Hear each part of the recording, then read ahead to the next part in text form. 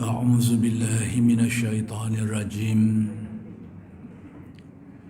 بسم الله الرحمن الرحيم الحمد لله رب العالمين وبه نستعين اللهم صل على سيدنا محمد النبي الأمي وعلى آله وصحبه وسلم رب اشرح لي صدري ويسر لي أمري واحلل عقدة من لساني يفقه قولي ولا حول ولا قوة إلا بالله العلي العظيم إلهي أنت مقصودي ورضاك مطلوبي أعطني محبتك ومعرفتك السلام عليكم ورحمة الله وبركاته الحمد لله والشكر لله والصلاة والسلام على رسول الله أما بعد.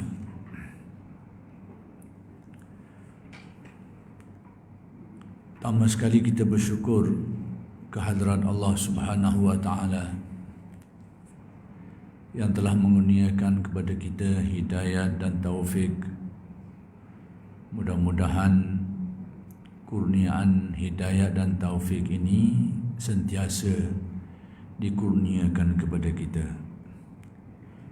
Dan insya-Allah pada malam ini akan diteruskan lagi pengajian kitab Sairus Salikin karya Syekh Abdul Samad Al-Falimbani rahmatullah alaih. Muka surat 170.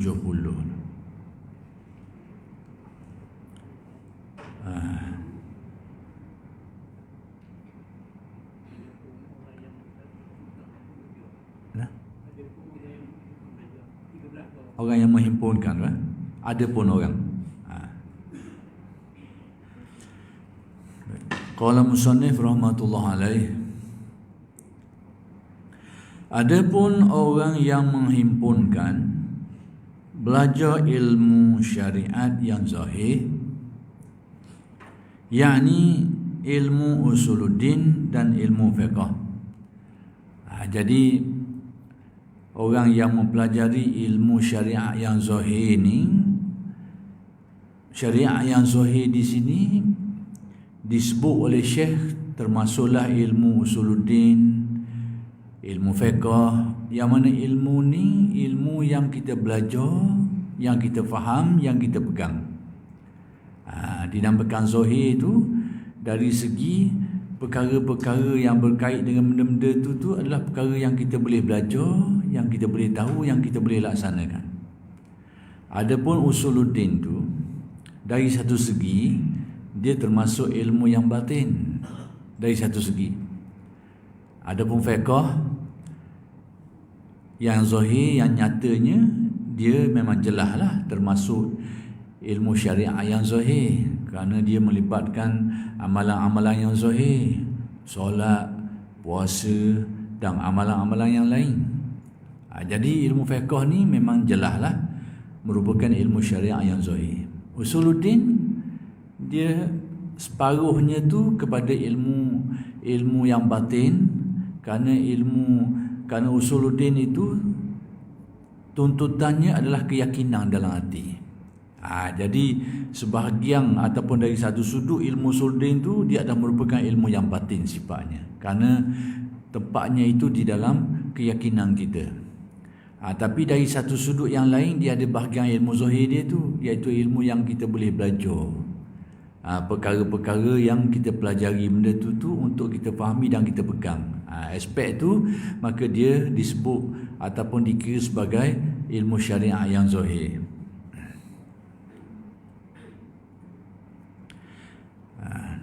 Ilmu syariat yang zahir yakni ilmu usuluddin dan ilmu fiqh dan tasawuf. Jadi ilmu tasawuf pun serupa. Dari satu segi dia termasuk ilmu syariat yang zahir, bagi yang kita boleh belajar. Kita belajar, kita faham dan kita amalkan. Adapun sebahagian lagi tasawuf ni merupakan aspek yang batin. Jadi usuluddin dan tasawuf ni ada sudut zahir dia, ada sudut batin dia.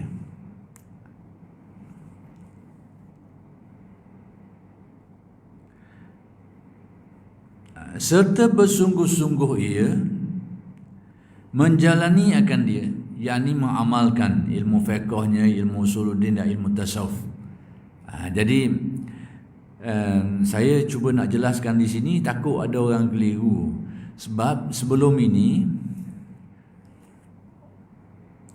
sebahagian kita ni ataupun ulama-ulama kita dia pecah dua, syariat yang zahir dan hakikat yang batin. Syariat yang zahir itu ilmu fiqh, hakikat yang batin itu ilmu tasawuf. Jadi ghalibnya orang bahagi benda ni kepada dua dalam bentuk macam tu. Kalau tasawuf dianggap sebagai ilmu batin, fiqh syariah dianggap ilmu zahir. Sekarang Syekh ni sebut fiqh, usuluddin, tasawuf itu adalah ilmu yang zahir juga. Jadi hendaklah kita faham bahawa fiqh tu jelaslah ilmu syariat yang zahir, usuluddin dan tasawuf tu. Jadi usuluddin dan tasawuf tu dia ada sudut zahir dia. Contoh macam mana? Kalau kita belajar usuluddin, rukun iman, percaya kepada itu ini yang kita tahu, yang kita boleh belajar, yang kita boleh faham, itu sudut zahir dia. Adapun sejauh mana benda tu menjadi pegangan kita, menjadi tasdik dalam hati kita, itu bahagian batin dia. Bahagian batin daripada ilmu usuluddin. Demikian juga ilmu tasawuf, ada sudut zahir dia, ada sudut batin dia. Sudut zahirnya iaitu ilmu yang kita belajar tu tentang akhlak-akhlak yang mulia, tentang seperti sabar, syukur, redha dan macam-macam lagi lah yang kita boleh belajar benda tu, yang ada dalilnya, ada huraian dia. Itu aspek zahir dari segi tasawuf. Adapun aspek batin tasawuf tu iaitu akhlak-akhlak tadi tu sejauh mana dia mencorok ke dalam hati kita, sejauh mana perkara-perkara tadi tu menjadi suatu sifat bagi hati kita. Itu aspek batin daripada ilmu tasawuf. Jadi saya jelaskan ini supaya tak timbul pertembungan dari segi kefahaman yang selama ini kita disebut fiqh syariat zahir, tasawuf batin. Sekarang Syekh mengumpulkan sekali, iaitu ilmu syariat yang zahir termasuklah fiqhnya, usuluddinnya dan tasawufnya. Kenapa? Kalau fiqh jelas, tapi kalau usuluddin dan tasawuf, naklah kita fahami bahawa ilmu ini ada aspek zahir dia tu, ada sudut zahir dia, terutama dari segi ilmunya tu.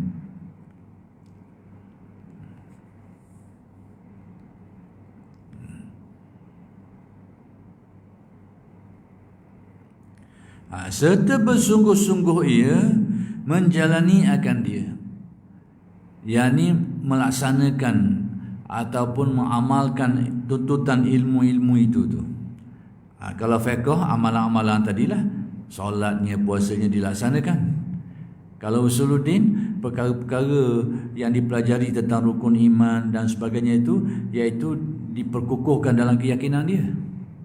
Itu amalan dia tu. Tasawuf, akhlak-akhlak tadi tu cuba dipraktiskan, cuba dihayati, itu bahagian amalannya.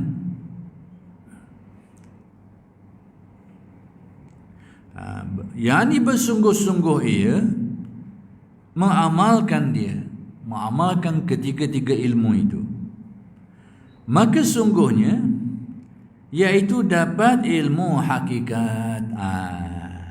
Daripada mengamalkan ketiga-tiga ilmu tadi tu, fiqh, usuluddin dan tasawuf diamalkan, dilaksanakan, diterapkan, dihayati, baru hasil dia mari, natijah dia tu dipanggil sebagai ilmu hakikat. Itulah baru disebut sebagai ilmu batin sebenarnya. Iaitu ilmu ma'rifat, ilmu yang mengisi ke dalam hati, yang tercorok ke dalam hati. Kalau kita belajar ilmu, contohnya ilmu tasawuf, kita belajar tentang masalah tawakal. Pengetahuan tentang tawakal itu aspek zahir daripada ilmu tasawuf. Tapi bila hati kita ini sudah dapat menghayatinya, merasainya, menjiwainya, itu dinamakan aspek batin daripada tasawuf. Jadi makrifat dan hakikat ni adalah hasil daripada kita menerapkan ilmu-ilmu tadi itu. Fiqhnya, usuluddinnya, tasawufnya, bila dihayati, diterapkan, dia akan membuahkan sesuatu di dalam hati. Itu dinamakan makrifat atau hakikat dan makrifat. Iaitu ilmu makrifat akan Allah Ta'ala dengan sebenar-benar makrifat. Yakni makrifat yang menjadi rahsia bagi hati kita. Sebenar-benar makrifat ni sesuatu yang betul-betul dihayati dan dicapai oleh jiwa kita. Maka orang yang demikian itu tiada terpedaya. Jadi orang yang seperti ini ni tidak dikira sebagai orang yang tertipu. Yakni dia mempelajari ilmu syariat yang zahir, mencakupi ilmu fiqhnya, usuluddinnya, tasawufnya, kemudian dia menjalaninya, yakni menerapkannya, menghayati dan mengamalkannya, lalu dia mendapat natijahnya yang dinamakan makrifat. Yang ini kata Syekh Abdul Samad tak termasuk dalam kelompok orang yang terpedaya dari kalangan ahli-ahli tasawuf. Sebelum ini Syekh sudah memberitahu tentang adanya di kalangan sufiyah ni, yakni ahli tasawuf yang juga termasuk dalam golongan orang yang terpedaya.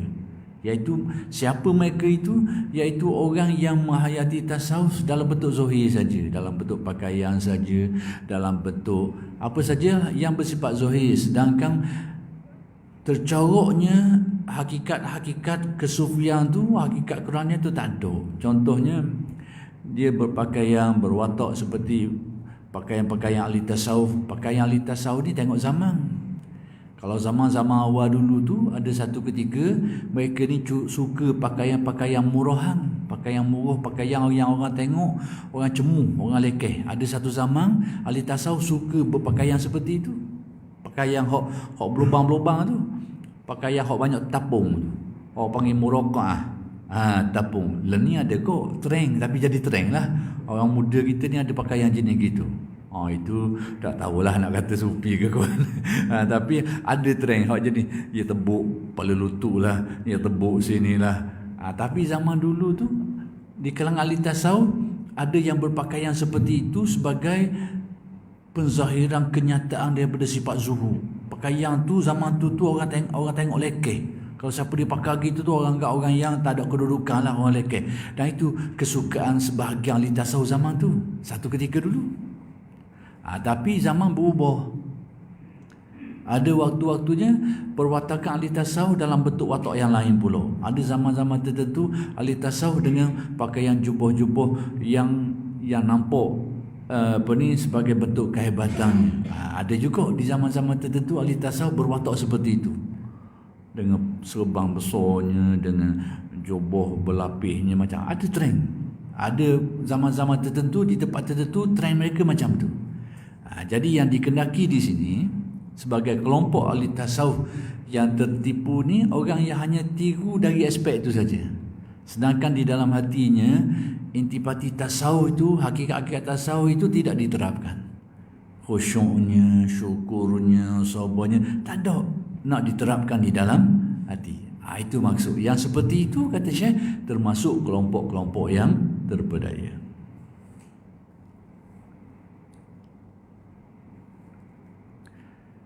Seperti kata Imam Malik radhiyallahu anhu, wa man jama'a bainahuma faqad tahaqqaqa. Sesiapa yang menghimpunkan syariat yang zahir dan syariat yang batin. Syariat yang zahir tadilah ilmu, amalan yang bersifat zahir.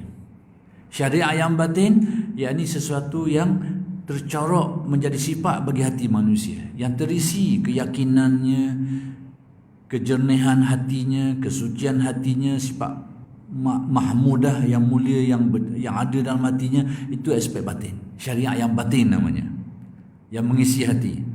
Maka sesiapa yang terkumpul padanya dua ni, Syariat yang zahir dan syariat yang batin. Sebab apa dinamakan syariat juga? Hak zahir pun orang panggil syariat juga. Hak batin pun orang panggil syariat juga. Sekalipun setengah ulama dia tak sebut syariat, sebut hakikat. Kalau syariat zahir, hakikat batin.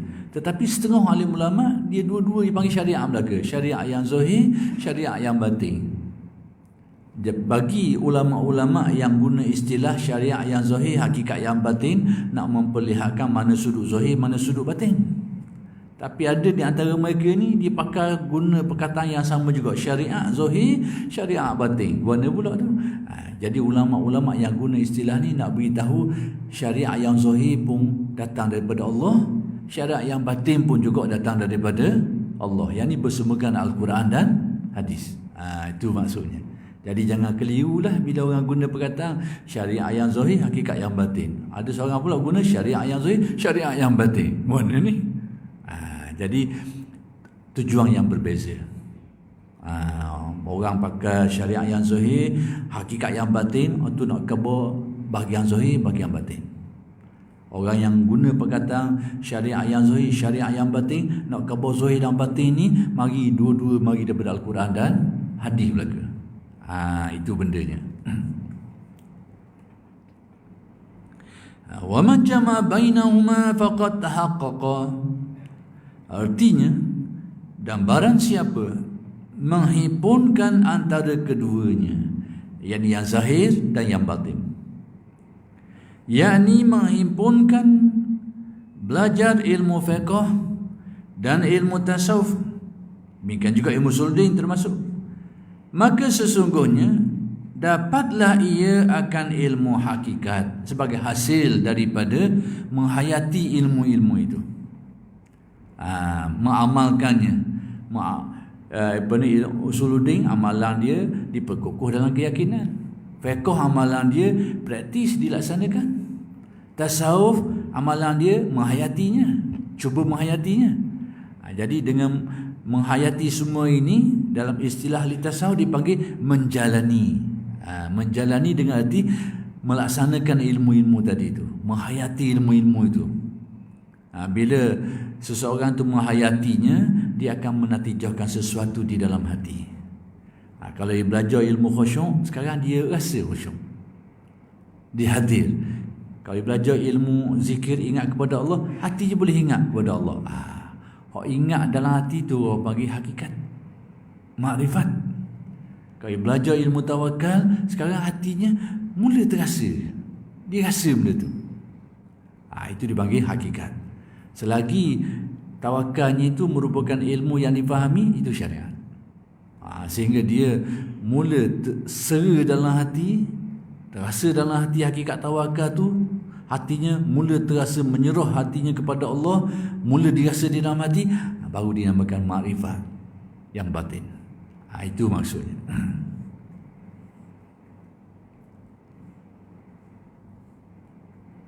yakni ilmu makrifat akan Allah Ta'ala dengan sungguh-sungguh makrifat, yakni betul-betul dia dapat sungguh.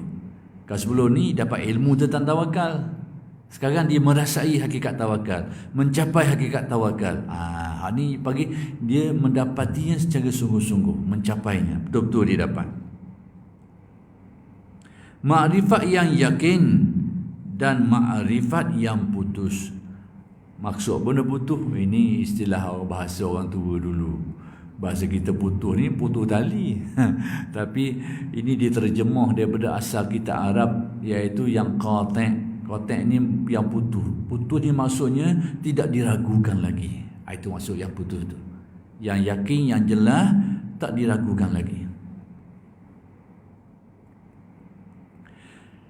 Dan kerana inilah berkata Syekh kita Al-Waliyul Kamil Al-Mukammil Sayyidi Syekh Muhammad As-Samman rahimahullahu ta'ala. Syekh Muhammad As-Samman ni di Madinah. Dia adalah guru tasawuf kepada penulis kitab Sayyidus Salikin ni, Syekh Abdul Samad ni. Tu guru je orang Arab lah, di Madinah. Dan dia, kalau tak silap saya, biodata ni, biografi dia ni, dia penjaga makam Rasulullah, Syekh Muhammad As-Samman. menjadi tradisi. Ada orang sehingga dah menjadi satu tugasan keluarga dah, nasak keturunan dia jaga makam Rasulullah. Sampai hari ni ada je orang yang ditugaskan untuk jaga benda tu. Makam Rasulullah sebenarnya bukan atas tu, bawah dalam, duduk bawah. Cuma dinaikkan bangunan tu sampai ke bahagian atas tu. Sebenarnya duduk bahagian bawah tu, tapi kita tidak dibenarkan masuk lah, kecuali orang-orang tertentu saja. Orang bernasib baik, ia ikut rombongan orang kenamaan tu, bolehlah tumpang sekaki masuk ke Hajarul Aswad, masuk ke ke makam Nabi. Kita ni nampak dah nak berangang tak ada orang nak berangang masuk situ.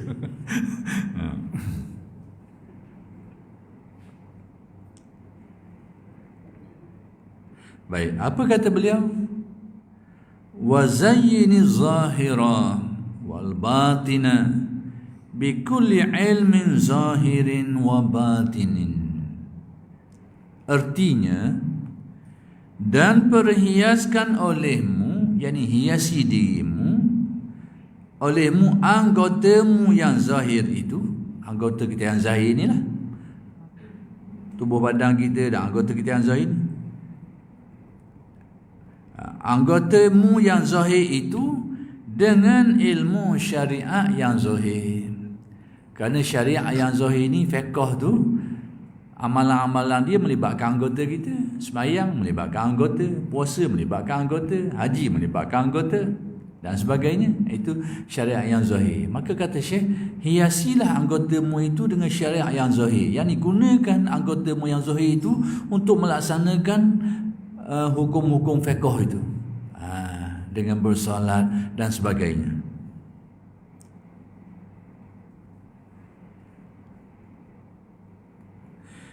Yaitu ilmu fiqh dan ilmu usuluddin. Ilmu fiqh jelaslah ilmu amalan. Lalu anggota kita digunakan untuk melaksanakannya. Bila Syekh kata hiasilah anggota zahirmu dengan ilmu yang zahir, ilmu fiqh tu jelas. Tapi yang kedua tu dan ilmu usuluddin, macam saya terangkan tadi lah, ilmu usuluddin ini hiasi anggotamu yang zahir dengan ilmu usuluddin ni. Kita belajar akidah tu, rukun iman apa, mengenal Allah sifat Tuhan tu apa, belajar ilmu tu. Itu aspek zahir daripada usuluddin. Dan perhiaskan pula anggotamu yang batin, iaitu hatimu. Hiasi pula anggota kita yang batin, yakni hati nurani kita ni, iaitu hatimu itu dengan ilmu syariat yang batin. Itu saya sebut tadi tu. Syariat, ada syariat yang zahir, ada syariat yang batin. Jadi Syekh ni guna istilah syariat tu nak merujuk pada dua-duanya memang mari daripada Al-Quran dan hadis. Dengan ilmu syariat yang batin, iaitu ilmu tasawuf. Ilmu tasawuf ni dari satu segi dia dikira sebagai syariat, iaitu bahagian yang boleh kita belajar. Kita tahu tentang akhlak-akhlak, tentang amalan-amalan kebaikan, tentang amalan-amalan kesufian. Kita belajar tentang zikir, tentang muraqabah, tentang muhasabah, akhlak-akhlak yang baik. Kita boleh belajar. Itu bahagian zahir tasawuf. Baik. Adapun yang batin iaitu ilmu tasawuf, bahagian batin dia pula yakni ilmu tarekat, ilmu melaksanakannya. Zikir, kita belajar ilmu tentang zikir. Mengetahui tentang zikir itu syariat, aspek syariat dari segi dari ilmu tasawuf. Tapi kita sendiri melatih hati kita untuk berzikir, untuk ingat, itu aspek batin daripada tasawuf. Jadi aspek batin tadi tu, hati yang cuba untuk ingat kepada Allah itu dinamakan ilmu tarekat dan ilmu hakikat. Adapun maklumat tentang zikir, tentang dalil dia, sekalipun dia ilmu tasawuf, tapi dikira aspek zahir dari segi tasawuf. Tapi kita menghayatinya, kita mengamalkannya, itu dinamakan aspek batin atau disebut sebagai tarekat dan hakikat. Hati kita menghayati dia, melaksanakannya. Dan inilah ilmu yang manfaat di dalam dunia dan di dalam akhirat. Kata Tok Syekh, ilmu seperti inilah yang dikatakan ilmu yang memberi manfaat di dunia dan di akhirat, iaitu ilmu yang bukan saja ilmu yang diketahui tapi yang diamalkan, ilmu yang bukan saja dipelajari tapi dipraktis dan dilaksanakan. Inilah yang memberi manfaat. Jadi kesimpulan mudahnya, ilmu yang memberi manfaat ni ilmu yang diketahui dan dihayati, dilaksanakan.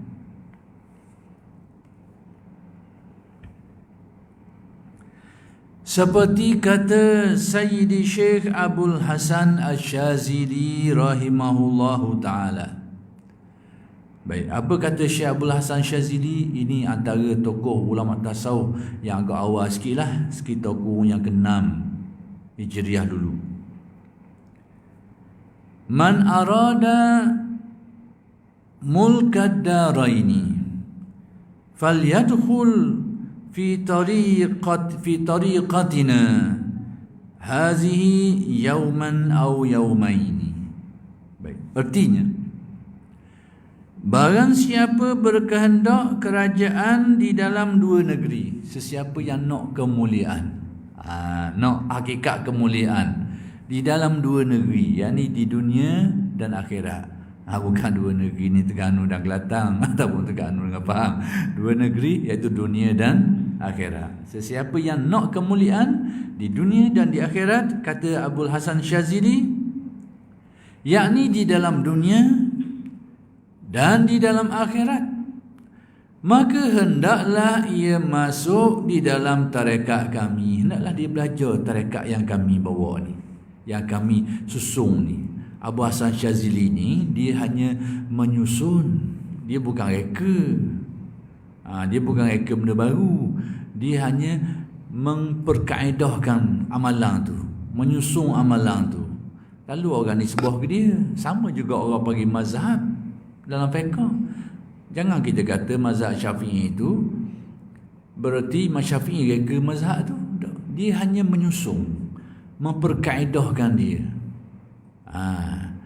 Ajar cara macam mana nak memahami dan mengambil hukum daripada dalil-dalil dia tu. Itu tugas Imam Syafi'i, bukan dia reka dalil baru.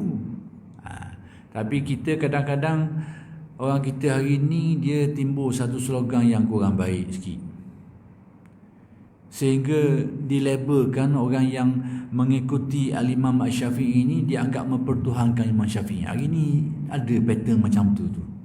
Dia cuba nak label macam tu. Seolah-olanya bila kita belajar agama menerusi mazhab Syafi'i, macam kita pertuhankan Imam Syafi'i pula dah. Waktu pula dah dia baca. Kita mengaji akidah berdasarkan mazhab Abdul Hasan Asy'ari ataupun Asy'ariyah ni, dia kata kita pertuhankan Abdul Hasan Asy'ari pula dah.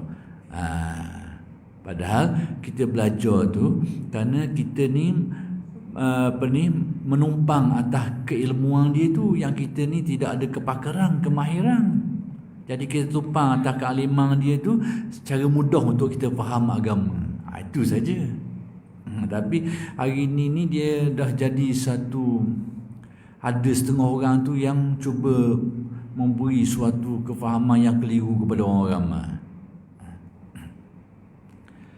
Kehendaknya supaya kita ni tidak bergantung lagi kepada mazhab, supaya terus ambil daripada Al-Quran dan Sunnah.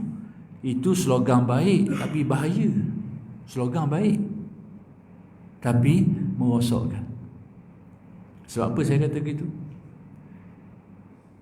Mampu ke kita nak memahami hukum-hukum agama daripada Al-Quran dan Sunnah? Kita ada kemampuan tak? Tanya kemampuan kita. Kan jadi kaum ini pula kita. Dalil tu dalil ni pakai belaka. Kita sendiri tak faham online.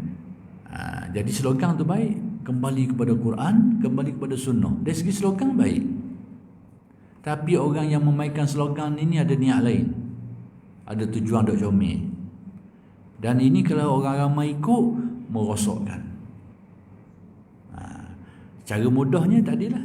Sebab kita tak ada kemampuan yang kuat untuk menggali sendiri Al-Quran dan Sunnah untuk memahaminya. Kalau kita gagah tak apalah. Kalau kita mahir tak apa. Tapi kita tak kuat, kita tebing, mula cari penyakit. Itu maksudnya. Zaman Sayyidina Ali dulu sudah timbul fenomena ni.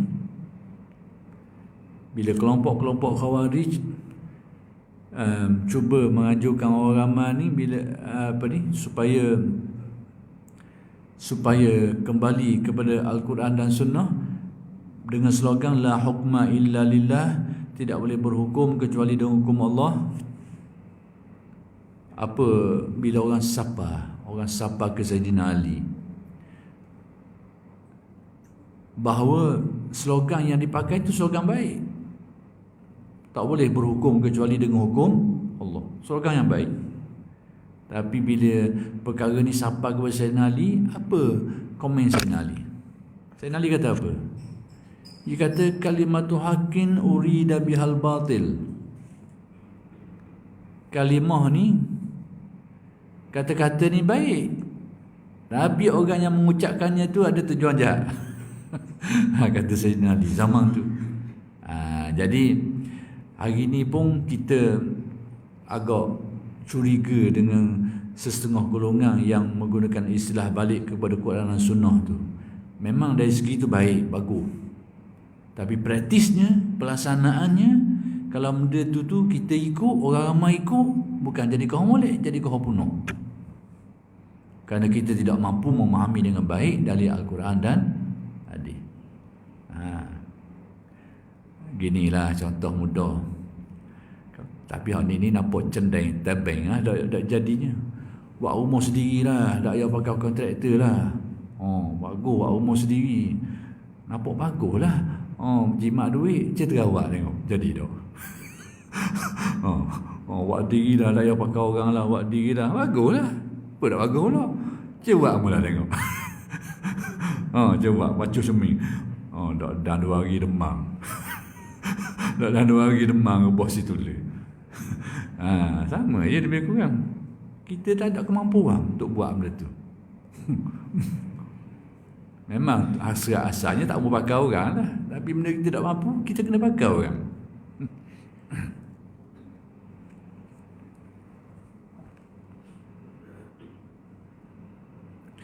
Jadi kata Abu Hasan Syazili, maka hendaklah ia masuk di dalam tarekat kami, yakni pelajari ilmu yang kami susung ni, yakni di dalam tarekat ulama ahli sufi. Bukan dia saja, ulama-ulama ahli tasawuf yang lain sama je, senada je. Yakni di dalam tarekat ulama ahli sufi ini, sehari atau 2 hari, tak mau lama pun sekejap pun sudahlah. Maksudnya bila kau pelajari betul-betul jalan ini, kau akan nampak laluan tu. Kau akan nampak laluan tu. Berarti kata sehari atau 2 hari. Seperti yang tersebut, tarekat ilmu ahli sufi itu di dalam kitab ini. Jadi kita nak tahu tarekat ahli sufi ini mana bendanya. Antaranya yang disebut dalam kitab ni lah. Kitab ni kitab mana ni? Kitab Sairus Salikin, yang ditulis oleh Syekh Abdul Samad Palembang. Dan di dalam asalnya, iaitu asal kitab Sairus Salikin ni, asalnya di mana? Iaitu Mukhtasar Ihya Ulumuddin. Ni kitab yang kita mengaji ni, Sairus Salikin ni, Syekh Abdul Samad dia terjemah, kemudian dia syarah, dia buat penambahan sikit, huraian. Tapi asal kitab yang dijadikan induk untuk diterjemah dan syarah tu, iaitu ringkasan daripada Ihya Ulumuddin. Ihya kitab besar, 4 jilid. Waktu Arab, versi Arab terjemah ke dalam bahasa Indonesia jadi 10, jadi berbelah-belah jilid pula. Kalau dalam bahasa kita diterjemah jadi banyak jilid pula. Jadi Ghazali telah meringkaskan kitab tu jadi satu kitab kecil yang panggil Mukhtasar, ringkasan Ihya Ulumuddin. Jadi ringkasan tadilah yang digunakan oleh Syekh Abdul Samad untuk menulis kitab ni, kitab Sairus Salikin ini. Dan di dalam kitab Bidayatul Hidayah ada kitab lain yang ditulis oleh Imam Ghazali. Maksudnya kalau kita nak tahu tarekat ahli sufi ni macam mana, baca, kena ngaji kitab ni. Antara kitab Sayyidul Salikin ini, antaranya Mukhtasar Ihya Ulumuddin, antaranya Bidayatul Hidayah, dan kitab Arba'in fi Usuluddin. Demikian juga kitab lain juga ditulis oleh Imam Ghazali, karya Imam Ghazali, namanya Arba'in fi Usuluddin. Baik, sekaliannya itu karangan Imam Al-Ghazali rahimahullahu ta'ala. Kitab-kitab yang disebutkan tadi itu adalah ditulis oleh Al-Imam Al-Ghazali. Imam Ghazali ni ulama besar zaman dia. Dia kurun yang kelima, kurun yang kelima Hijriah. Ibn Taymiyah kurun yang ketujuh. 200-300 tahun beza. Jarak yang jauh. Jadi cuma Ghazali ni dia suhu zaman dia. Suhu sebab apa? Suhu kerana kealiman dia tu. Suhu dengan kealiman dia tu yang mana dia berjaya menolak, membatalkan ajaran-ajaran sesat dengan ilmunya tu, dengan kekuatan hujah dia tu. Itu jadi Suhu tu. Suhu nama dia ni sampai ke timur dan ke barat. Dan di Nusantara ni, tempat kita ni, Nusantara ni, orang panggil negeri bawah angin ni. Orang dulu panggil negeri bawah angin. Tempat kita ni Nusantara. Baca kitab negeri bawah angin. Kat mana pula negeri bawah angin? Tempat kita ni lah, Nusantara. Jadi orang-orang kita ni banyak cenderung pada ilmu tasawuf ni. Kalau ilmu tasawuf pada Imam Ghazali lah. Padahal Imam Ghazali dia bukan saja imam, bukan saja alim dalam ilmu tasawuf, dia juga alim, imam besar dalam ilmu usuluddin, demikian juga dalam ilmu fiqh. Dia alim 4 tapang. Ghalibnya alim ulama kita ni dia alim 1-2 tapang je, hak lain tu dia kurang. Tapi Ghazali ni 4 tapang dia alim. Sebab tu hari ni kita nampak kritikan orang terhadap Imam Ghazali ni agak banyak. Dan kita kena lihat apa tujuan. Ada benda. Mungkin orang tak senang dengan kekuatan hujah Ghazali dan pengaruh dia tu.